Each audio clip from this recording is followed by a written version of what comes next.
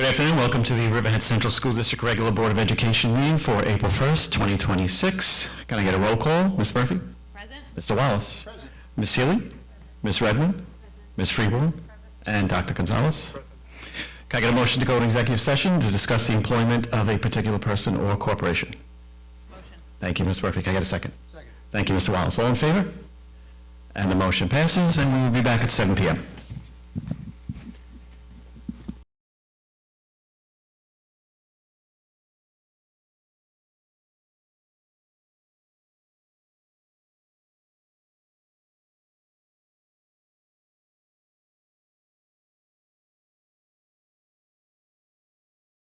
We good?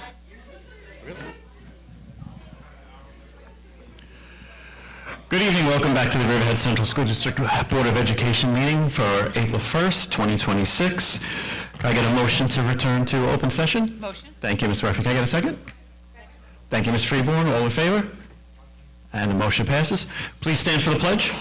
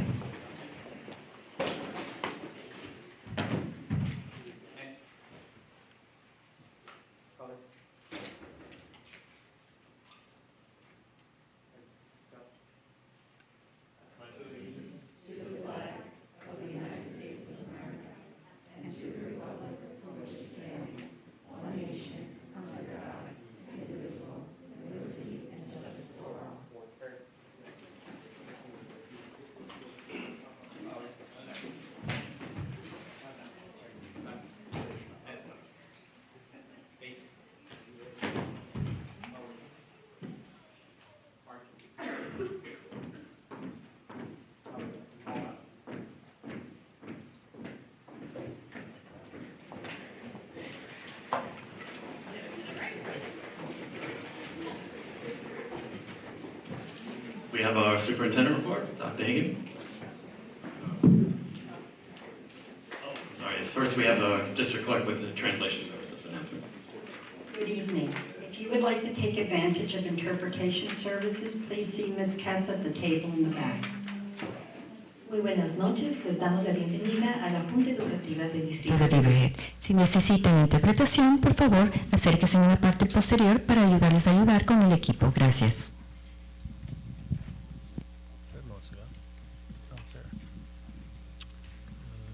So I'd like to call up our Director of Athletics, Melissa Edwards.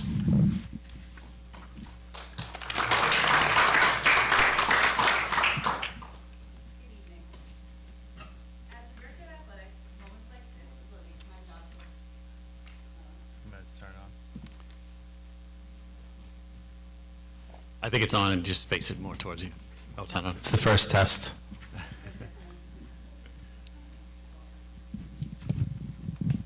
And this is called Engaged Teamwork. Now we're good. All right, good evening, everyone. As the Director of Athletics at Riverhead, moments like this is what makes my job so special. I have the privilege of standing before you today to celebrate an extraordinary athletic achievement by an incredible group of dedicated and talented student athletes. This winter, our combined wrestling team, led by Coach Edwin Perry, delivered a remarkable season. They went undefeated in Section 11 competition, captured the Suffolk County Dual Meet Championship, and then finished second overall in New York State. As a team, they crowned 5 county championships and qualified 9 wrestlers for the state tournament, one of whom was our very own student athlete and all-county representative, Miko Foster, and then Evelyn Torres. Miko Foster and Evelyn Torres compete at the state level, where they showed tremendous grit and determination. Evelyn competed with heart, and Miko battled back after an early loss to earn 2 victories, demonstrating resilience that defines this program. During that state competition, I was rapidly texting Coach Perry and the athletic director from Bellport, getting updates. I felt like I was there, so very proud of you girls. We are extremely proud of our Riverhead wrestlers, who continue to set the standard and inspire the next generation of female athletes. I would like to take a moment to thank the parents and guardians of our student athletes. Without your constant love and support, these young women would not be able to pursue the sport that they love. At this time, I would like to invite Coach Perry to join me at the podium to speak about his team and their incredible season. Over the past 2 years, Coach Perry has done an outstanding job leading this program. Since I began this role in December, Coach Perry has been all over me as a strong advocate for his team to update our wrestling room and the Wall of Honor, which we are currently working on. We are also working on hanging a banner in the gym since girls wrestling started. Last year was the first year, so we will get that up as soon as possible. He is working hard along with our boys wrestling coach. They're actually going to be doing a kids wrestling clinic in May, so you'll see that flyer, being passed around. We encourage everyone to, rally the troops, and let's continue to grow this program for the student athletes before us. Coach, thank you for your dedication to the program and in enhancing the sport here at Riverhead. Coach Perry.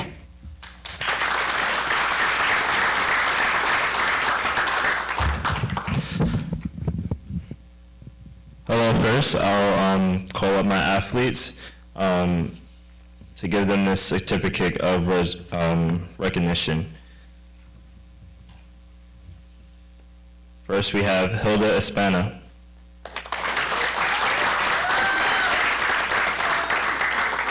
You can stay up here, Jolie Espana.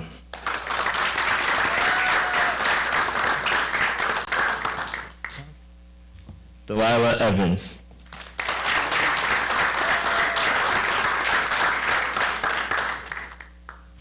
Miko Foster.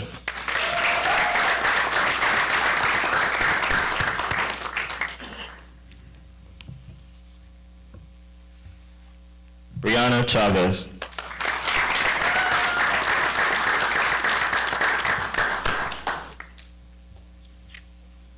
And Mackenzie Roach.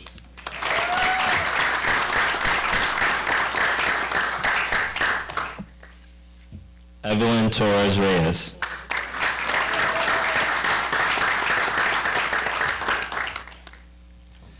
First off, I'm going to let you guys know how proud I am of all these athletes who are a part of the team this year. The dedication and love for the sport of wrestling is truly amazing to witness.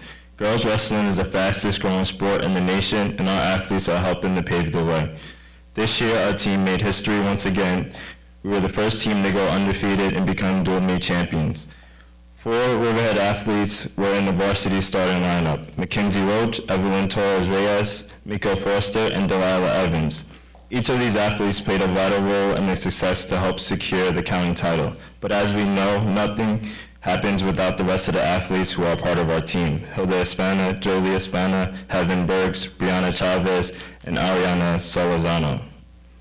At the Suffolk County Tournament, Delilah Evans placed 4th, earning all county honors. Senior Evelyn Torres finished 3rd in the county, but after not losing to the runner-up, she had a chance to place for a true 2nd. Evelyn trusted our coaching and our game plan going into the match. We knew her opponent did not have the endurance to wrestle a full 6-minute match. Evelyn stayed composed, weathered the storm, and executed perfectly, ultimately securing a pin and punched her ticket to the New York State Tournament. This was a special moment, knowing how hard she worked to reach that point. Sophomore Miko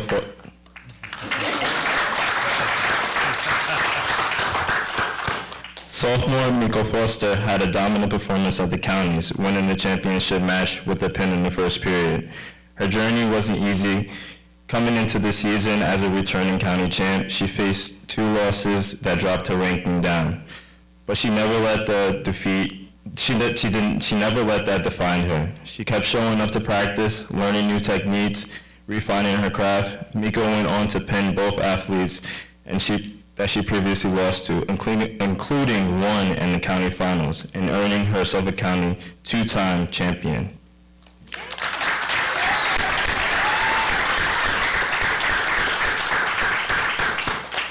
After their victories, both of the athletes ran over to me and jumped into my arms.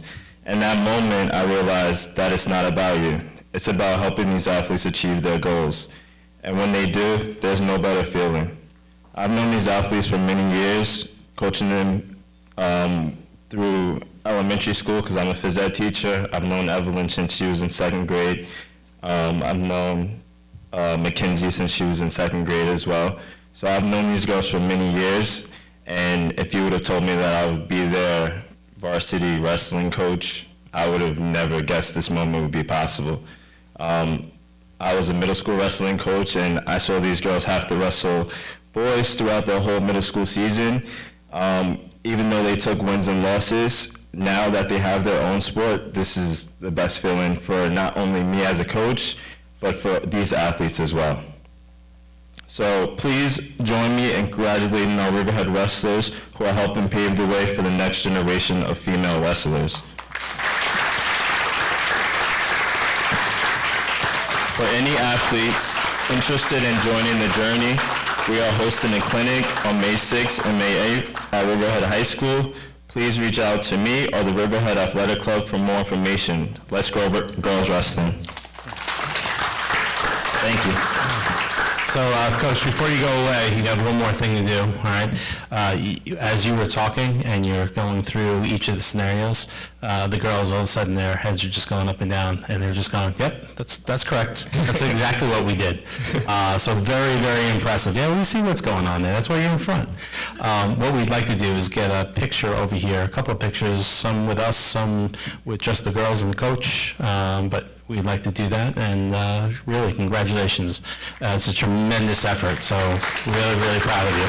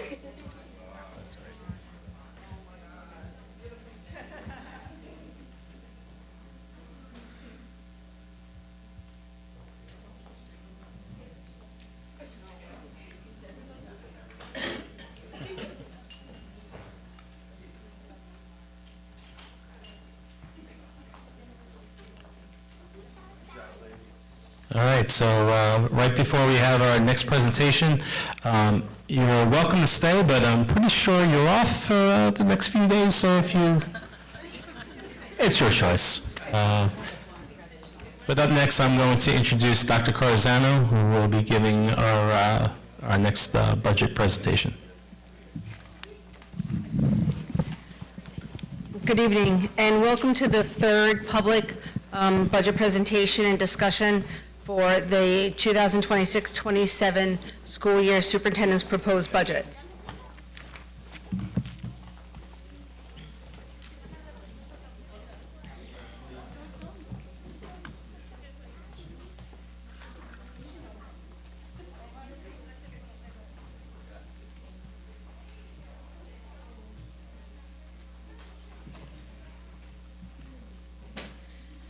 So here's our budget development calendar. This was our calendar of topics to discuss throughout the month of March and now into April.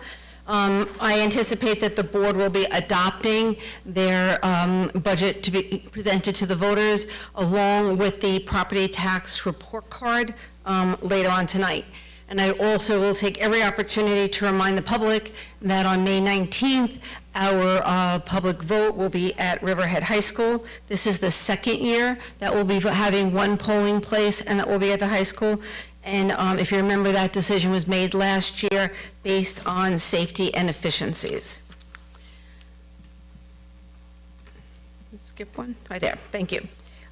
So I want to start tonight. We have not had much conversation about the governor's budget with it references state aid. State aid is a major source of revenue for our school district, and by law, the state budget must be adopted by April 1st. And as of entering this meeting tonight, that has not happened.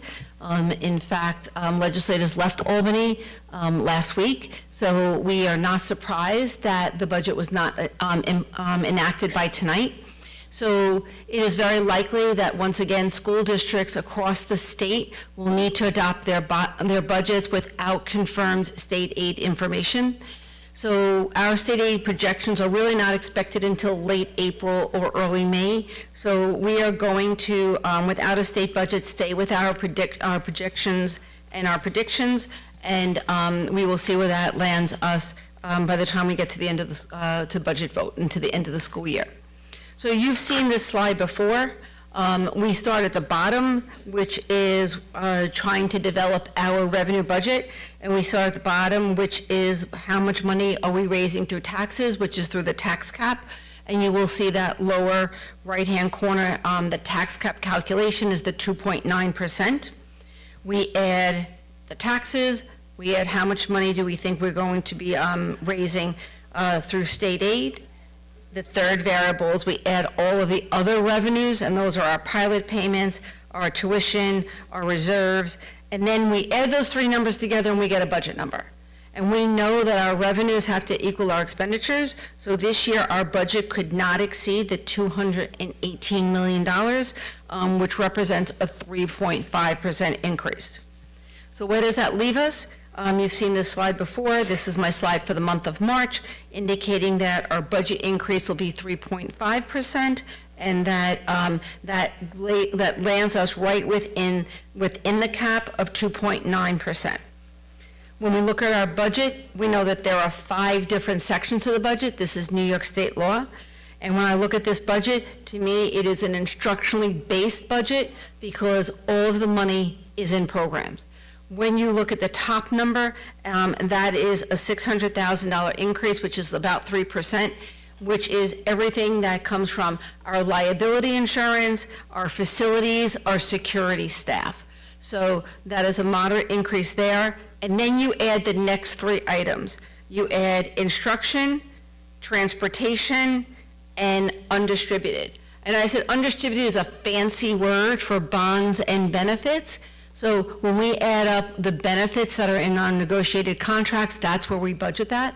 So we have our bond issue payments, our benefit payments, our instruction, our transportation. And when you add all of that, that's about $7 million of the $7.4 million. We have discussed the major increases in our budget for this year. They are within the areas of special education, benefits, charter school, and I'm going to come back to that one as I promised you last time I met with you, about charter school increases, our property insurance, and our transportation from home to school. When you add up those 6 categories, that was a $7.7 million increase. So knowing that our budget increase could only be $7.4 million, we need to go back into the program and just make sure that we were being as efficient that we could in every program, in every department that we were operating within. Now, I do just, go back one. I just want to say that, when we talk about the area of special education we are required by law to provide to our students. It goes to this Committee on Special Education. So when we go through a CSE and we get an IEP, that's our plan for that child to move forward. So when those expenses are increasing, we know it's three reasons. We discussed it before. One, there's an increase in mandated service. The second is that we have an increase in enrollment in special education from within our buildings and also our incoming kindergartners. These are children who are currently in the CPSC receiving services, so we know with the incoming kindergarten what their needs will be. And also, with the lack of physical space here, sometimes we are in a position that we can only educate our not within our walls and not within our buildings. So when you look at increase in mandated services, increase in enrollment, increase in the kindergarten population coming in requiring services, and then a lack of physical space, that's what's leading to that $2.6 million increase.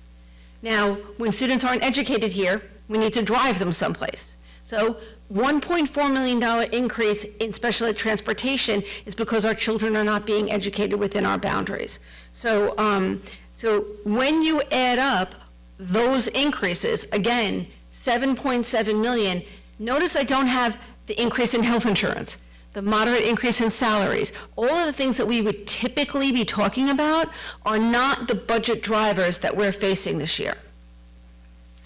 So let me talk to you about the staffing plan a little bit. So I'm going to say a dozen times tonight, we are not accessing 28 staff members. Okay? I don't want anyone to misinterpret. That's why it's in red and in bold. We have an agreement through a retirement incentive with RCFA. This was something that was negotiated by both sides. It is a planned reduction in our workforce, but our retirements don't always add up to where we can reduce the workforce. Now, we have the opportunity that we planned for this year, going into 26-27, that allows us to look for additional efficiencies in staffing and in program. So if the retirements and the staffing needs don't equate, we can't reduce in those areas. So for example, 2 really easy places for us to look. The nurse. If we have a nurse retiring, we cannot have a building without a nurse. So it's fairly obvious that we have to replace that nurse. If you look at special education, we have 2 staff members who are retiring in special ed. We need to replace those folks. But when we look in our other areas, that there may be some efficiencies, there may be some places that we can go and we can look, and we can tighten our belts because we know we have to stay within the tax cap. When you're looking to reduce your workforce, the best way to do it is through attrition. And that's what we're looking at. So I don't want anyone to walk out of here with thoughts of what happened years ago, that all of a sudden we're losing people. This is FTE, and let me just say, this is full-time equivalent. So there is a big difference in losing a position and losing a human, okay? So when we look at this and we say, all right, how can we keep our programs running? How can we look at our practice? And we need to do this with fidelity. This is not shotgunning it. Okay, if there is 9 teachers retiring from the elementary level, we're going to access 9 positions. That is not what we are doing in district office or in the field. We are working collaboratively with the field, with Fidelity, to see where we can do this with the least impact. And when I say humans, yes, the adults, but also the children. So what does that look like? Did everybody hear me say I'm not accessing 28 staff members, okay? So what does it look like when you're an organization as large as we are, that has 4 elementary schools in 4 different parts of the geographical community of 89 square miles, okay? What does it look like when those students are all rolling up into Pulaski and then to the middle school and high school? So let me put some things on the table right now. Our staffing plan is very fluid. As what I have sat here and said to you, I think this is my 5th round of budget presentations for you, all right? This is fluid and this is complicated. And so this is changing, and it's changing by all of these factors. What I can tell you is that we are committed to maintaining our RCFA staff for our pre-K program. We have seen dramatic differences in our own staff with our 4-year-olds, and then them being in our buildings or not, and then but having our staff within our buildings and having those children roll up right into kindergarten and being familiar, okay? We are reevaluating our staffing and will continue to do so over the summer for our elementary programs. That makes sense. We do not have a solid handle on our incoming kindergartners. We've been doing registration for about 4 to 6 weeks now, and we're like, okay, let's go. We sent postcards. We're doing parent square messages. Our principals are reaching out to families that, you have a kindergarten coming in. I know because you have a 2nd grader. You want to come register now? So that is a rolling number, and that we have projections, yes. It's not a wild card. We have projections, but there's a difference between who registers and who we think is going to register. So the elementary sections will continue to be evaluated, especially in the K-4 buildings for kindergarten. We are still in the process of our secondary school schedules. The master schedule is not locked and loaded yet. It traditionally would not be by the end of March. So we are still going through courses of students' request and staff caseloads. We are only about halfway through the annual review process for our special education students.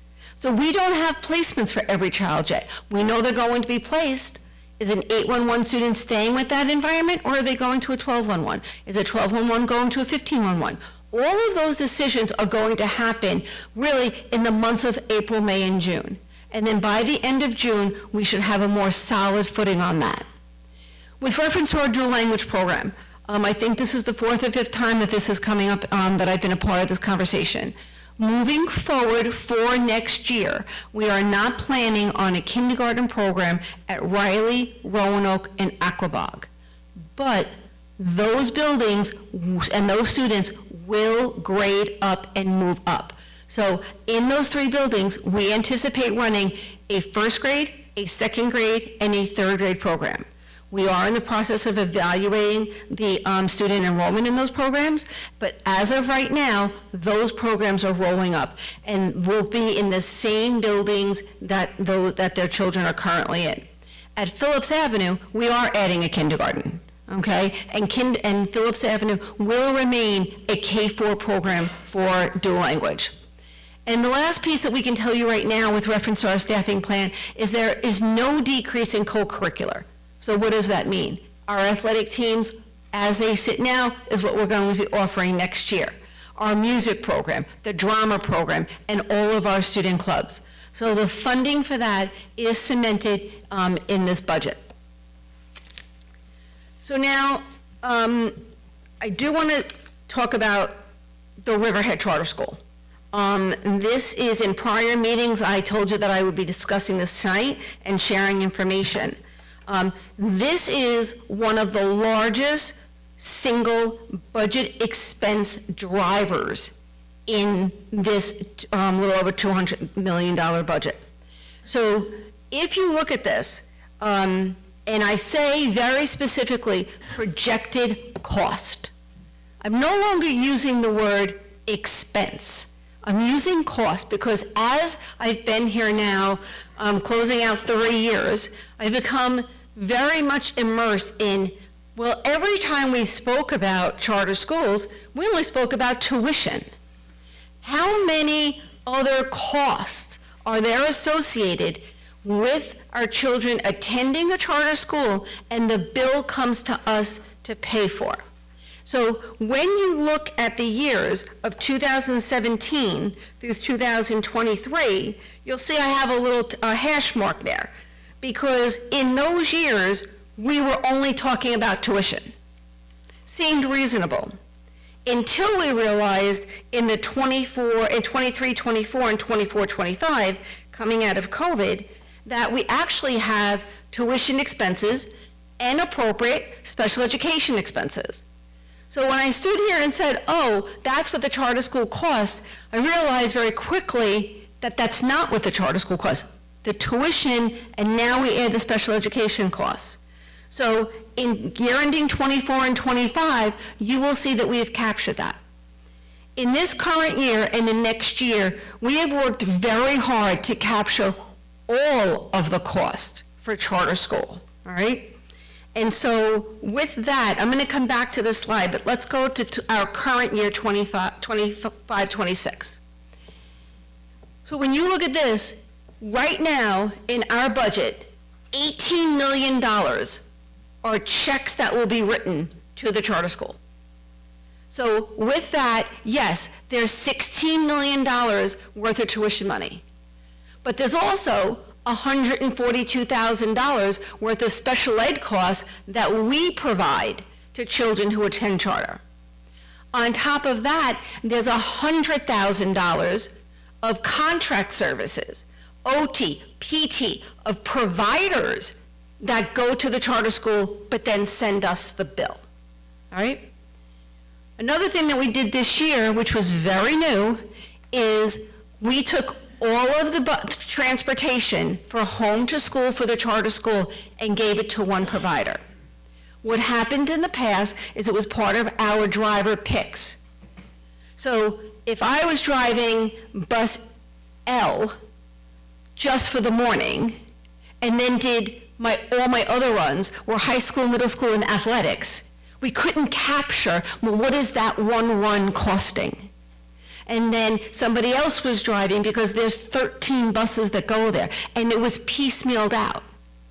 So I needed to actually consolidate that so that I could stand before you 2 or 3 years later and say, do you realize that we're spending over $1.2 million in transportation for home to school to charter school students?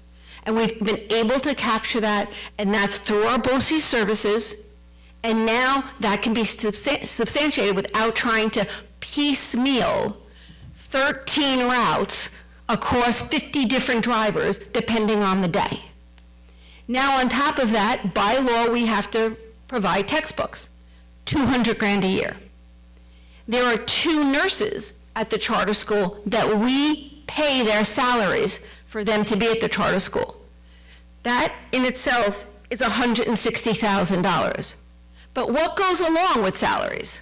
Benefits for those people. I'm not saying that we shouldn't pay for nurses. I'm just saying we have to recognize what the cost is.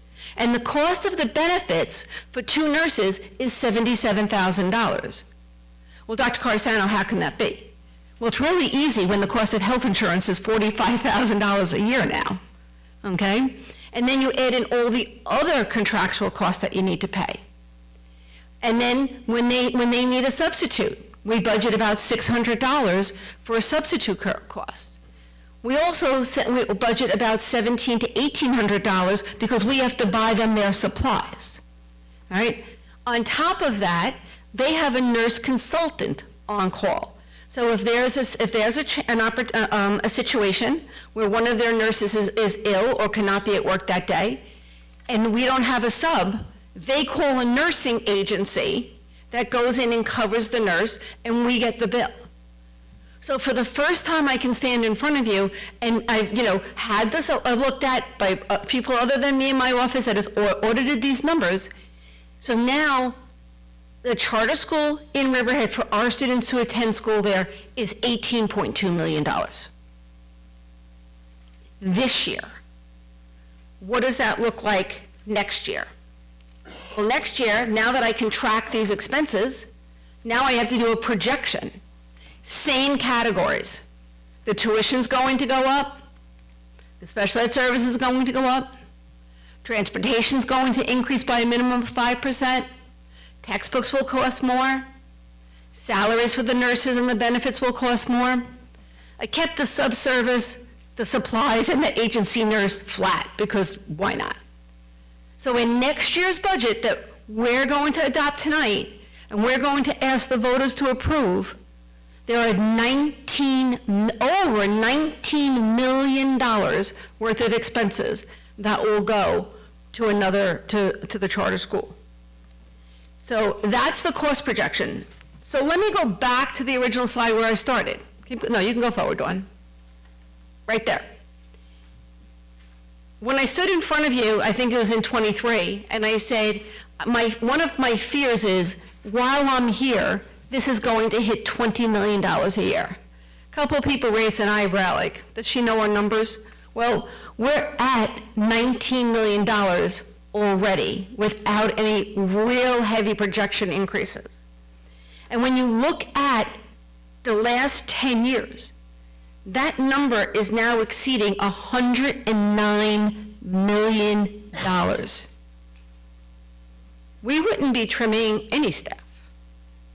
We would have really state-of-the-art buildings. There was another $20 million in our budget every single year. Now, I am not saying that parents should not make a decision on where they should educate their child, but I will continue to say there is a problem with the funding formula. That is where the problem is.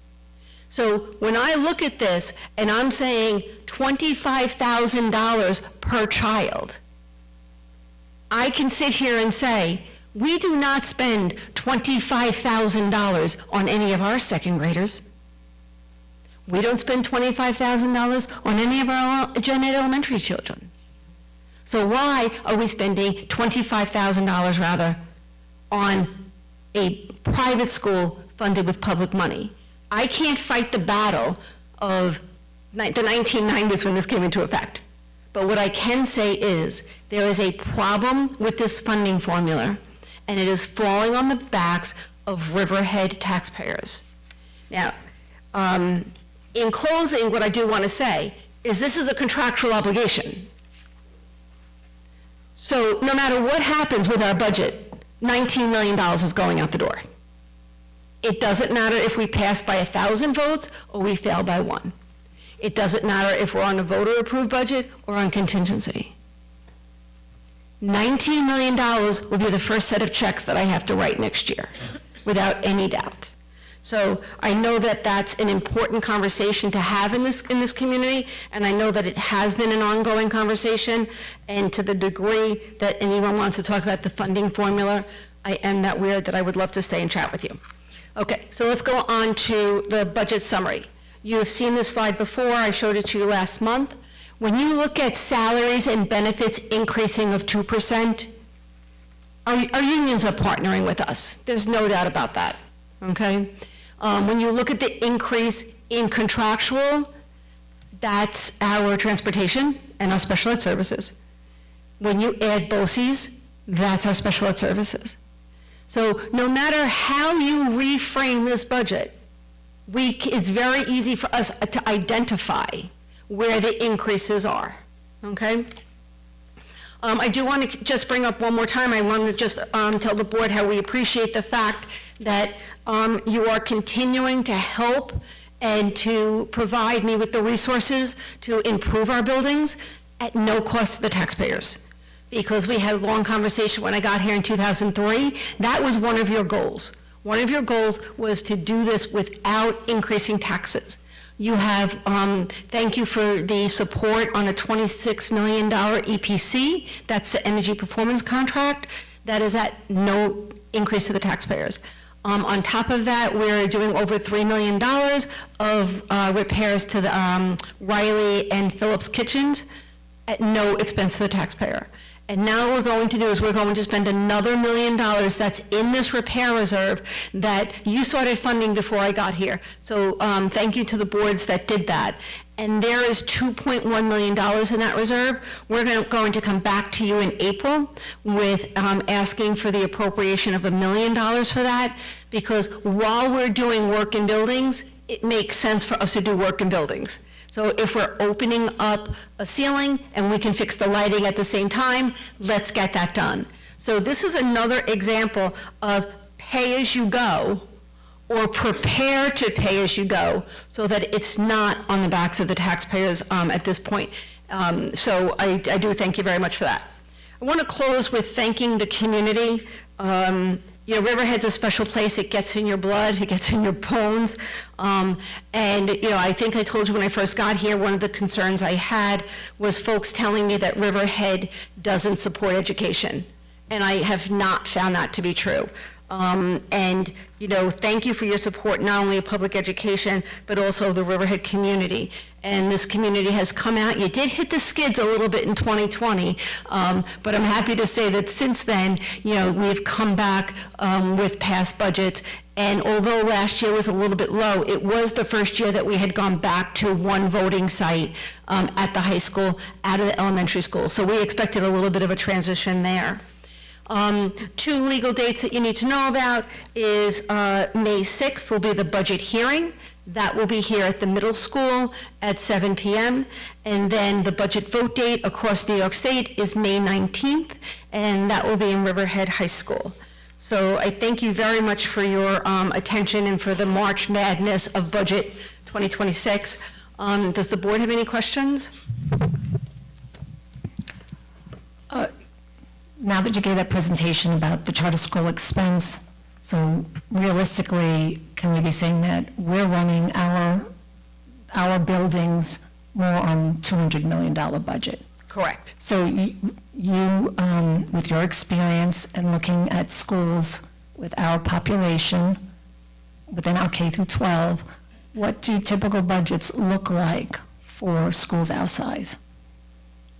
Well, you can look as far as, we have geography. So nobody has the geography that we do here. So that in itself is a challenge, just because we have 160 to 180 buses on the road every day. It's also coupled with the fact that, as politically correct as I can say that, this is that we haven't paid attention to our building repairs and our building maintenance. So other districts do that. They'll put, right now, we have that repair reserve, thank you, and we put about $1.3 million in for a capital fund just so that we can build it up. So, when you look at a Sachem, a Brentwood, a William Floyd, a Middle Country, a Longwood, their budgets are far above ours. I'm saying about like our population, like a Bay Shore. Well, I think every community has a different population, so I don't want to, go in that direction. Mm-hmm. But what I can say is that, we're doing the best with what we can. But I got to tell you, if you could throw in another $20 million, I can do a lot more for you if we weren't sending that kind of a bill there. Right. So I think what you're saying, Mrs. Sealy, is that, there's a budget that's going out to the community, but it's really $20 million less for our students. I find it, I was shocked when people said, it's not an accident that the marketing is Riverhead Charter School. There's a host of parents and community members that think that's our building, and that it's the Riverhead High School, the Riverhead Middle School, the Riverhead Charter School, which is one of the reasons now you don't see our buses that say Riverhead School District, that parking lot anymore. Let it say another contractor, because they're not our school. They are our children, but it's not our building. So I would, if this budget, if I was going to just have a wand, and I would say this budget should be at least $250 million. That's right. Like I said, I mean, that's a nice round number to say. That's where we should be sitting. But you have a community that, we need to respect. And respecting the community is that, that's not the direction I think we should go in, but that's what the answer to your question. Right. And then the other piece is, like when you were bringing up does it cost $25,000 for us to educate a second grader and so forth? I will see that sometimes people will look at the total budget and they will divide by the amount. So could you explain how explain that better, maybe for us and the community, how we go about really coming up with those numbers to what it really per pupil expense, that you can't just say, I'm going to take 218 million and divide it by 5,400 students, and that's what we're spending per student. Right, well, I think that you can equate it to your household. If you're raising children, you usually don't put the utility bill on their back. Okay, I mean, that's an easy way to go. We have property insurance. I mean, we have so much acreage here that's why when you look at the property insurance, how much that has increased. So we have infrastructure that we need to support. We have bond issue payments that we need to support. We have one of the lowest overhead costs among school districts, and then it's like, how many people are in 814? I'm not being greedy when I say, well, not enough. I mean, there's a lot of hands here. So when you turn around and you say, if you were a local contractor, if you had a plumbing business, and you had revenues of $250 million, would you have more than one accounts payable person? If you were any business in Riverhead Township, and you were, any trade, any profession, would you have one payroll person for 1,200 people? It's like running payroll for 1,200 people. Would you have one person dealing with curriculum for K-12? That's the business that we're in. So we are not that heavy, but this is a community that sometimes views that differently. So when you take the total number and say, oh, let's take $225 million and divide it by 5,400, that's what it's costing for every student. No. We don't put grass seed for the lawns and the water bill on student education. We need to have water. We need to have grass. We choose to have athletics. We choose to have an amazing theater program. We choose to have young ladies as trailblazers in a very new sport. We choose to run the programs that we do. But the easy division doesn't work. And then if you turn around and say, well, if you have another school district, and I'm going to take the opportunity to talk about it, is the fact that look at our aid. I am not sure, well, I do know why, but how is our building aid 36 to 38%? When I come from a community that it's 74%, which means every dollar that's spent, 74 cents comes back. The reason is those formulas are from the 1950s. And in the 1950s, you were an abundance of farmland, and your schools were not as populated as they are now.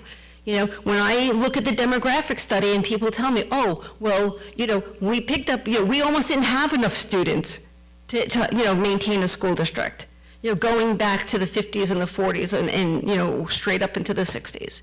So, you sit there and it's like, there's no rhyme or reason. I can't get that changed. I've had the conversation. Look around at what other school districts have. I have an amazing colleague in a neighboring school district that his building aid is at 95%. When the extra 10% came in on incentive to build, there was special legislation that had to be discussed because they would have gotten 105% of aid with the incentive. That's why some buildings and districts look the way they do. I'm not putting them down. I'm not being, I don't mean to sound negative towards them. But, you're either aid or your taxpayers on tax levy. We don't have any aid, and we have to maintain the tax base. So just doing easy math, I think that's for people who, that's just an easy way to do it. And even when you look at some of our local media and on, in Suffolk County, they've learned that math doesn't work. So it's an education part. Did I answer your question? Yes, you brought up our staffing. I think you're saying we have over 1,200. Every 2 weeks. Okay. So would you say that it was fair to equate a school district our size with a town budget? Sure. Meaning the size of our town, like our budget should be, well, like how many, don't you have to look at staffing? Well, and our staffing is very different. You know, we are focused on student and staff safety. So we have a security force, you know, in all of our buildings. We run our own buses. We have, you know, we're working hard to rebuild our facility staff. So look at our support staff. I don't think there's any main office that wouldn't say I could use an extra pair of hands. We just don't have, that would be a luxury for us right now. Mrs. Redmond? Of the 1,200 or so employees, how many would you say are Riverhead residents? Do you have that number? We actually do. We actually have looked both at addresses and at voting rolls. And within the support staff, it's higher. It's near 55 to 60%. And what's amazing is those people choose to live here, work here, and have their children educated here. That is the heart of Riverhead. And then you have in our professional staff, I think it's almost about 30%, Dr. Hagan? Is that the number you had less? Yeah, so overall, it's just shy of half. So it fluctuates between 40 and 49%. But that was the last time we looked at it, probably about 3-4 months ago. It very well could be about 50% total. Thereby everybody. making Riverhead Central School District probably one of the largest employers in the town of Riverhead.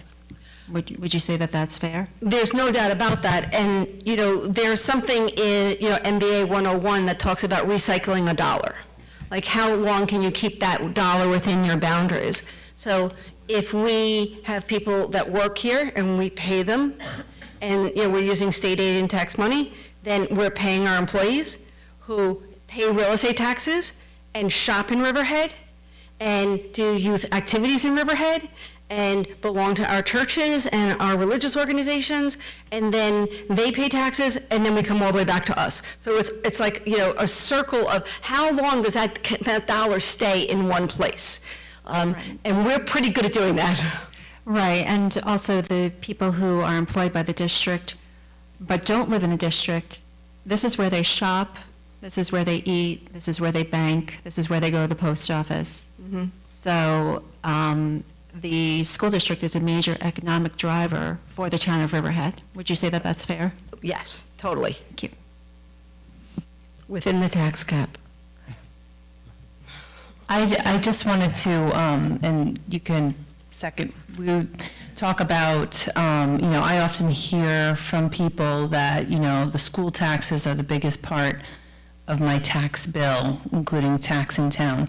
But I don't think people realize, compared to districts our size, that our percentage of school taxes versus property taxes is much smaller than our surrounding districts. I think we're somewhere in the 50%, 54% school district versus property. And, you know, surrounding school districts are in the 70%. So really, we are the lower of a lot of these. I think that needs to be recognized, the hard work to make it so that, you know, we are using the money wisely and we're not, you know. Well, Mr. Mayor, I will tell you, this is a very complicated budget. This is not easy to put together. I mean, you have, you know, 4 elementary schools in 4 different places. You don't have the economies of having, you know, all of second grade in one place. You know, there are districts, you know, that are bedroom communities, which means that they don't have commercial space, and they don't have that to help them. And so their percentage is much higher, is what I think you're getting at, is that, you know, in some communities, you know, their tax bill is 80, you know, 70% of goes to the schools because there is no offset. You know, we do have a little bit of that here. But, you know, we also do have beautiful farms and beautiful churches and, you know, that, you know, have other exemptions. And, you know, I don't ever want to say the word pilot, you know, that's a whole nother story. But this is complicated to put together, you know, but This is an effort from the field at every level. This is a partnership with all of your bargaining units who understand this, and, you know, at any point when they have questions, we answer them, and we spend time to educate them and their executive boards. You know, people here are informed now about how this works, and I think have a better understanding. Thank you, Dr. Cardesano, for the presentation. I just have a quick question that goes back to the charter school. So we supply the nursing for the charter school, and while the charter school, the majority of students are Riverhead students, they're not all Riverhead students. There are students from, say, the area of Shirley and from Longwood School District and, you know, other surrounding areas. Do any of the other surrounding school districts that send children to the Riverhead Charter School, do they chip in for nursing costs? Because obviously their children. They do, but the formula is very different. Because the private or parochial school resides within our boundaries, we have to provide those services. So what's interesting is we pay the bill, I have to bill myself to get reimbursed. You know, there's only a small pot of students that are not Riverhead students that we can bill back. And certainly, I'm just going to say, if School District A has socioeconomic issues, they pay a lower rate than if it was a higher, you know, I always try not to insult anybody, you know, but based on their communities and their wealth factors. Right. So, you know, if I was billing somebody in Nassau County, I might get back X, but I'm getting back half of X when I'm billing my neighborhood school district, my neighboring school district. So it's not evenly distributed? No, no, and then what happens The burden is- of the cost, the majority of the burden of the cost falls on. Well, the majority of the burden falls on us. Yes. Without a doubt. I mean, we do send out bills, and that's our accounts receivable, and we do establish rates, but there are some fluctuations that other districts can take into consideration. Okay. But we establish the rate. Okay, thank you. One more thing, and just to be clear, you don't record or understand how they spend the money that we sent over, like an itemized? No, in fact, that's part of the conversation that's happening at a much broader level, is that, you know, we get audited and we have to post it online. So all of our audits are, our external audits and our grant audits are posted online. The charter school does not have any of those state requirements regarding audit, transparency, community approval. You know, the state determines based on a black box formula how much money we're going to spend, or they're going to charge us for tuition. So that in itself lends us to, you know, be at a disadvantage, because we're paying $25,000 for a child to go for next year. And my neighboring school district that has a different calculation is paying $17,000. You know, somebody down the road is paying $18,500. So we have the shortest commute and the biggest expenses. And if you think about it, we're subsidizing. Correct. Those are the districts. And then our tuition, since it's included in that approved operating expense, it's a factor as an outside tuition, then that only increases. So we have more students going there, that only increases our tuition costs, even though that's not part of our operating expense, if you think about it. It's a little bit gerbil-like. You know, because we don't have space, some students go to BOCES. The BOCES expenses are part of the charter school calculation. As our BOCES expenses go up, the calculation goes up. As well as the charter school tuition is part of it. That's what I'm saying, we got both of those outside are part of the approved operating expense. And that growth factor, that keeps multiplying. That's why. It's complicated. But that's what only keeps driving up our tuition rate compared to, you know, where, like you said, Longwood, some of the districts, they don't have as many charter school outside tuition, and they don't have as many BOCES outside because they have the space. Right. And it's really all of our neighbors. You know, if, you know, look at the number of students we're sending in there and then what their population is. You know, but We need to continue this conversation, so I thank you very much for the opportunity. Have a good night. Thank you. There's no clapping.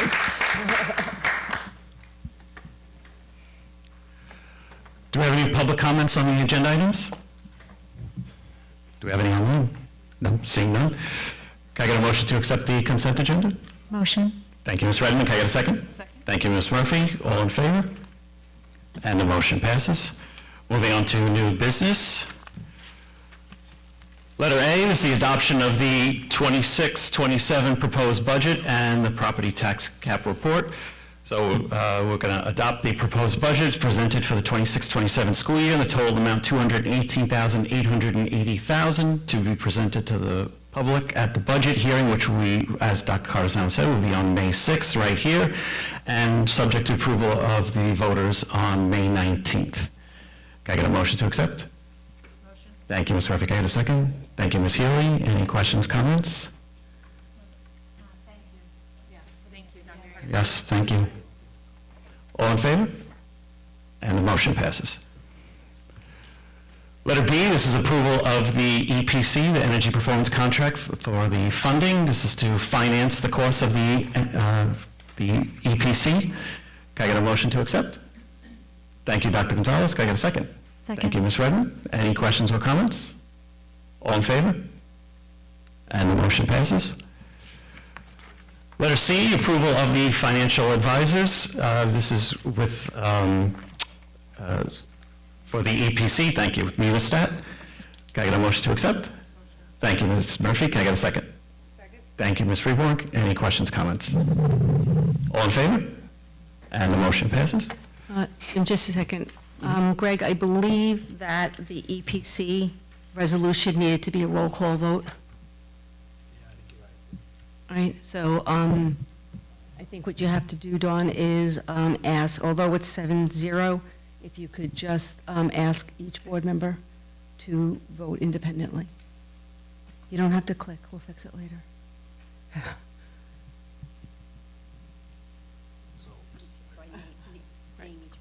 Yes.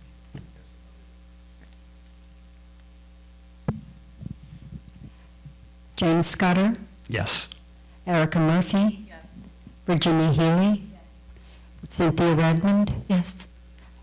Kelly Freeborn. Julio Gonzalez.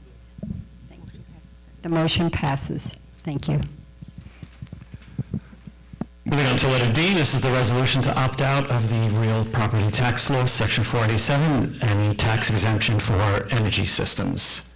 Can I get a motion to accept? Motion. Thank you, Ms. Murphy. Can I get a second? Second. Thank you, Ms. Redmond. Any questions, comments? All in favor? And the motion passes. Letter E, approval of a MOA with RCFA, a memorandum of agreement for sick bank for a particular employee. Can I get a motion to accept? Thank you, Ms. Healy. Can I get a second? Second. Thank you, Ms. Freeborn. Any questions, comments? All in favor? And the motion passes. Letter F, this is an updated agreement for, this is just changing of a poll worker for the Riverhead Library vote and the Baiting Hollow Library vote, which will be taking place on April 14th. It's just changing one poll worker to another one. Can I get a motion to accept? Motion. Thank you, Ms. Murphy. Can I get a second? Dr. Gonzalez, thank you. Any questions, comments? All in favor? And the motion passes. Letter G is a disposal of surplus equipment. It's a van and 3 school buses. Can I get a motion to accept? Motion.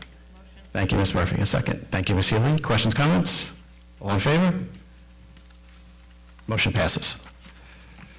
And letter H, approval of a donation. This is from Kristen Dowling of the Kid Wind Project. It's offered to donate Kid Wind Basic Wind Experiment, a class pack, Go Direct energy sensor, and a box fan with an estimated value of $538 for the purpose of classroom wind turbine building. Can I get a motion to accept? Motion. Thank you, Ms. Murphy. Can I get a second? Second. Thank you, Ms. Freeborn. Any questions, comments? Thank you. Thank you. Thank you. All in favor? And the motion passes. And moving on to board member committees, we have one committee, language access. Ms. Redmond? Sure. The Community Involvement and Language Access Advisory Committee met on March 30th, 2026 to review progress on prior initiatives and discuss ongoing efforts related to communication access, program equity, and student support. The committee focused on improving parent square engagement through centralized registration processes, enhancing website accessibility and translation features, and developing clear communication protocols for special education services. Updates were provided on interpretation support for PTO meetings, with administration exploring ways to increase accessibility for families. The dual language program was discussed in depth, including program performance, enrollment trends, and plans to maintain the program at Phillips Avenue while evaluating its implementation in other schools. The committee also reviewed communication practices related to student safety incidents, emphasizing the importance of accurate information and timely communication with families. Additional discussion addressed expanding student access to extracurricular programs and exploring future opportunities. Overall, the meeting reflected continued efforts to improve communication, ensure equitable access to programs, and support the diverse needs of students and families across the district. Thank you, Ms. Redmond. Do you have any board member remarks?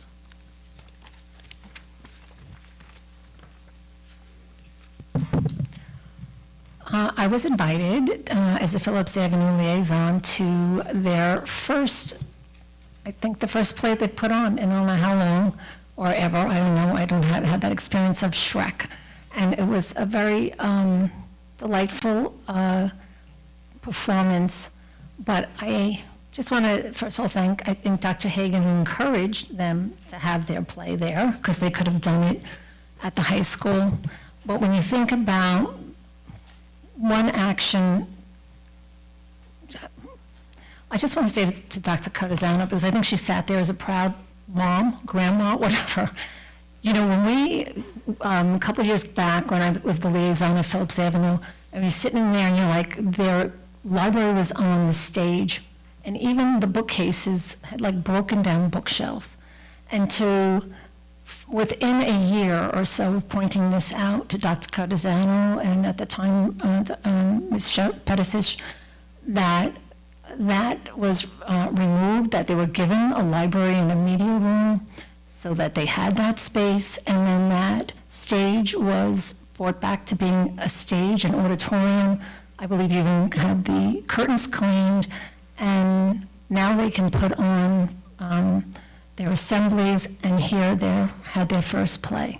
It was just very special, poignant, meant a lot to me, and I know to that whole community, and they weren't expecting, right? I think I'm not gonna say, but it was, everybody came out for that production, and I hope and I pray that they have many, many more. So, thank you, and thank you to to just investing in that school. It's a special school. Go ahead. I was going to say, I had a very busy week. I got to attend the Riley Avenue production of Little Mermaid and watch those kids shine on their stage, and then got to watch the Blue Mass on Saturday, put on the production of Legally Blonde, which was amazing. Both the actors and the pit were spectacular. It always reminds me how talented our community is to watch them put on these Broadway caliber shows, and it's, high school, middle school children up there. And so I just want to thank them all for the invites, and so happy to support the arts. I'd like to thank Ms. McManus at the middle school for inviting me to the National Junior Honor Society induction. 67 middle school students were inducted on March 19th, and I'm just in awe of their accomplishments, how poised they were, and it was just such a wonderful family event, and also see a lot of wonderful familiar faces. Additionally, I'd like to let everyone know that we had the pleasure of attending the Scope Educational Awards last week, and 3 very special people in Riverhead Central School District were honored. Number 1 being Greg Wallace, and Tom Payton from Roanoke, obviously, and our own Virginia Healy for her board service. It was an incredibly special night. There were close to 1,000 people there at this event. And to see Riverhead shine in such a way with incredible educators and volunteers was just incredibly special. So congratulations to Greg, Tom, and obviously our Virginia.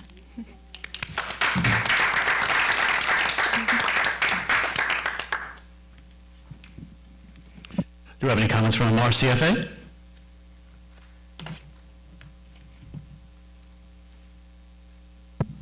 Greg Wallace sent the following message. The RCFA chooses to yield our time this evening. Happy spring. Do we have any comments from Rob? No comments from Rob? Okay. Do we have any public comments? Do we have any online public comments? No? Okay. Seeing no comments, can I get a motion to adjourn? Thank you, Ms. Murphy. Can I get a second? Thank you, Ms. Freeborn. All in favor?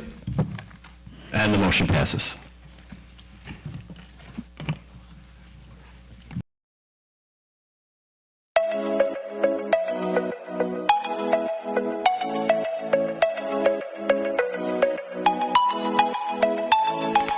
Please help support the Riverhead Central School District YouTube channel by subscribing. If you are not already subscribed to this channel, please be sure to push that subscribe button and click the bell to receive notifications. Thank you.